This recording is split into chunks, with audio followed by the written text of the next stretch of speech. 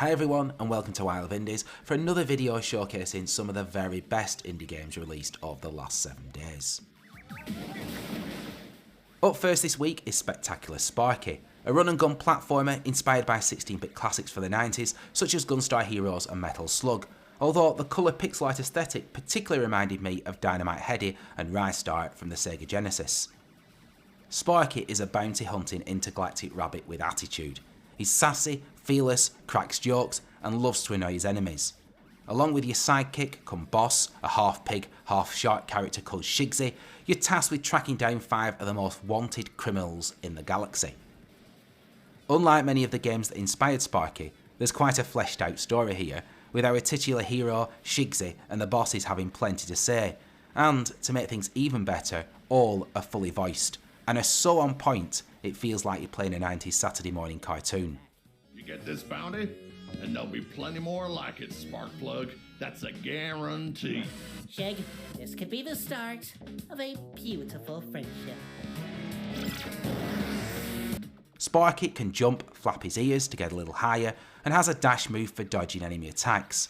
All of these use up stamina, so need to be used sparingly. There are 5 different blaster weapons to wield, the homing missile being my favourite, and these can be used infinitely as long as you don't let them overheat and break. The game features over 20 gorgeous side-scrolling levels, the majority of which are played on foot, or rabbit paw, but to mix things up, a few levels feature rideable vehicles, and there's even a fire-breathing dinosaur towards the end. Spectacular Sparky is the perfect homage to those glove-wearing mascots of 90s gaming. If you spent your childhood playing Sonic and Gunstar Heroes, watched Nicktoons like Rocko's Modern Life, you're going to absolutely love this game. Grab this gem of an indie now on the PC via Steam or the Nintendo Switch. Dead Estate takes influence from roguelite greats such as The Binding of Isaac and Enter the Gungeon, but it also draws heavily from Resident Evil and other survival horror games, particularly when it comes to the plot, tone and setting. What started out as a free title last year has been totally revamped with 3 times the content, gamepad compatibility and improved graphics. Dead Estate is played from a top-down isometric perspective, a little similar to Sega Genesis from last year, although the environments are much more claustrophobic than that indie. Set in a giant mansion with several floors, you're tasked with ascending to the top and reaching the Dead Estate. Rooms are small, avoiding enemies isn't always easy, particularly when you're first playing. But, like any roguelite, once you learn enemy patterns and the room layouts, you'll start to make progress. There are 2 playable characters to choose from the start, with 6 more unlockable if certain conditions are met. There's Trucker Jeff and Hitchhiker Jules. The pair act as a sort of comedic subversion of Chris and Jill from Capcom's survival horror classic. These 2 starting characters have different traits. Jeff is slow, wields a 1-bullet pistol, but has a lot of health. Jules, well, she has a widespread shotgun, she's faster, but has less starting health. I've really loved my time at the Dead Estate and I think you will too. It's up there with Voidigo as one of my favourite action roguelites of 2021. Get this one now on the PC via the Steam store.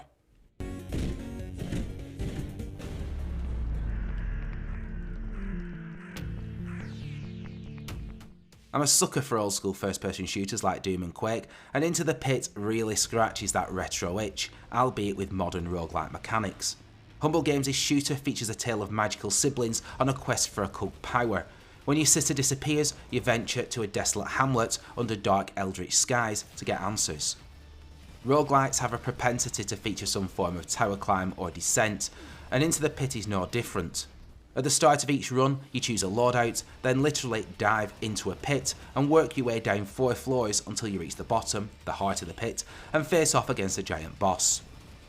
Combat is satisfying and similar in some ways to fellow first-person shooter roguelite, Ziggurat.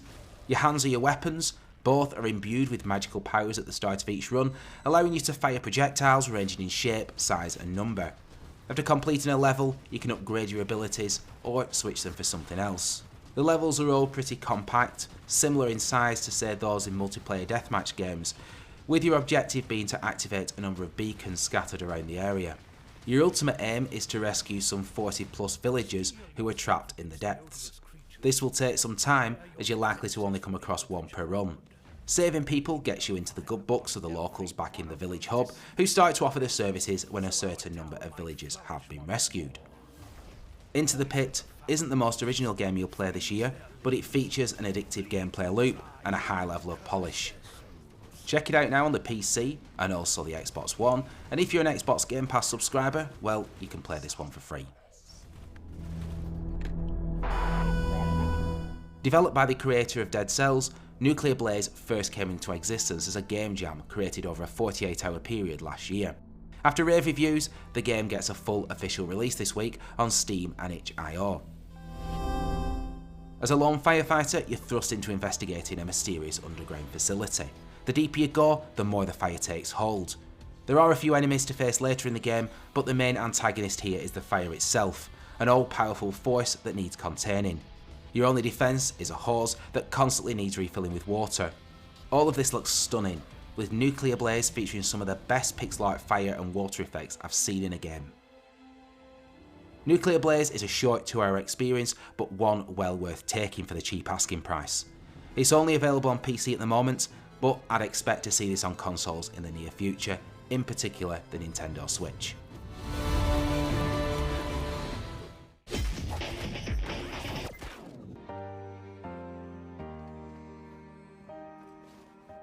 They Always Run first caught my eye during the PC gaming show at E3 this summer. It's a visually striking action side-scroller with, refreshingly, linear level design rather than roguelite, Metroidvania or any Souls-like mechanics. What we have here is a sci-fi western starring a 3-armed mutant bounty hunter, a character that would feel right at home in any Star Wars film. The plot is pretty bare bones, told through brief dialogue with other characters, and levels often end rather abruptly, but it is the combat that's the main draw of this game. Your mutant character is pretty acrobatic and can roll, jump and parry enemy attacks. Get a perfect parry and you can counter with a deft blow.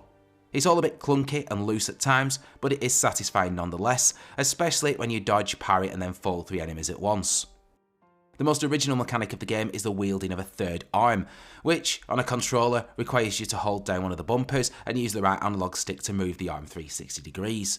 You can use your extra arm to break walls, smash hidden switches, and deal the finishing blow in combat. As the game progresses, more interesting usages of your extra appendage come into play.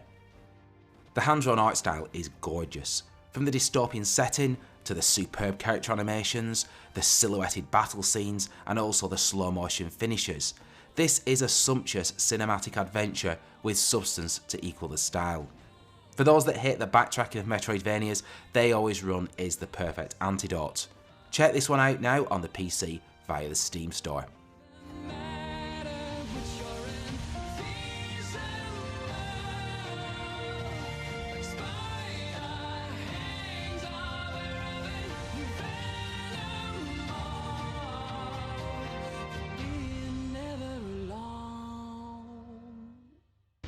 Bats, or Bloodsucker Anti-Terror Squad to give it its full title, is a side-scrolling action platformer starring a group of heroic vampires trying to put an end to the terrorist exploits of the villainous Scorpion Supreme.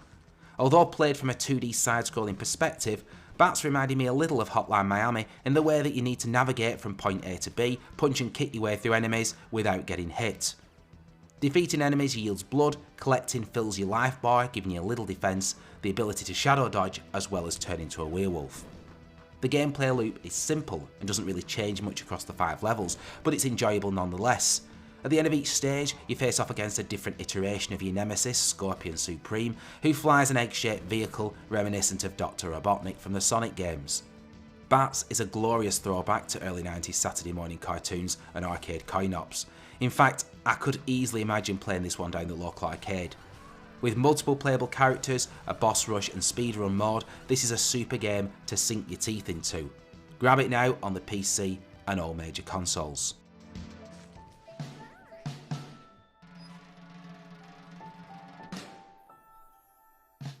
There are plenty more awesome indie games out this week worthy of your time. If you love a good point-and-click adventure, you need to check out Growbot, a gorgeous hand-drawn puzzler reminiscent of Amanita Designs games such as Machinarium. Set aboard a beautiful biopunk space station, you play as Nara, a Growbot in training to become a captain. When your station home is attacked by rapidly growing crystals, it's down to you to save it. Featuring a whole host of strange plants and creatures, a fluffy white hologram called Starbelly, and music-based puzzles, Growbot is a meditative experience that will soothe your soul. It's out now on the PC.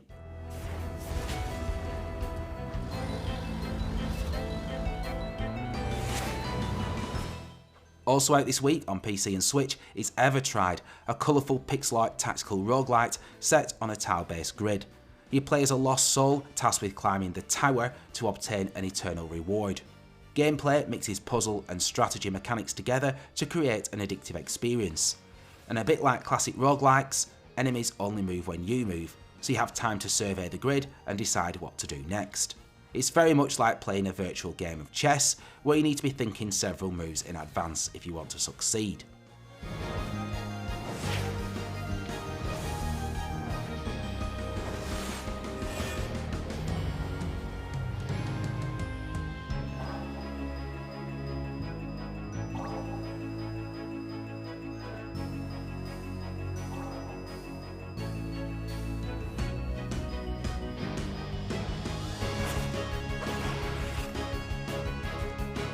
If you've enjoyed this week's video, please subscribe to I Love Indies and hit that like button.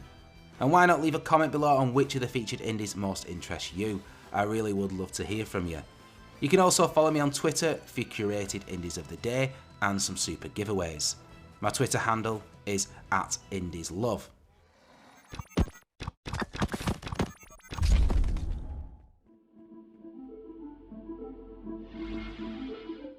Out in early access this week is Himno, the Silent Melody, a sequel to the tranquil, free-to-play roguelite released in 2019.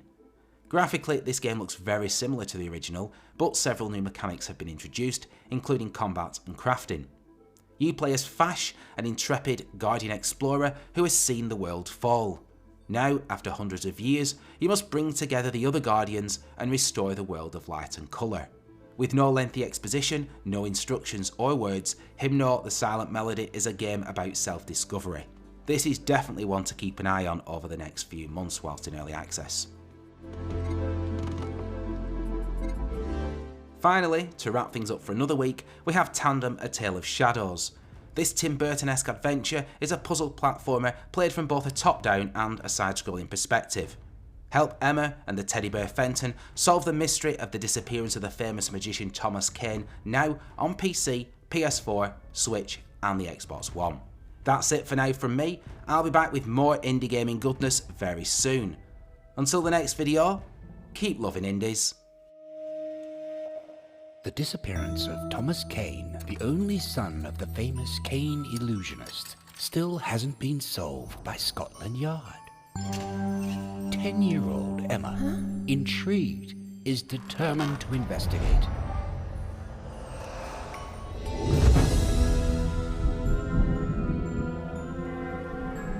As Emma walks the streets of London towards the mansion, a carriage passes her at full speed. And a teddy bear falls out of the window, unexpectedly. Fenton, the teddy bear, jumps onto his feet and sets off in pursuit of the vehicle.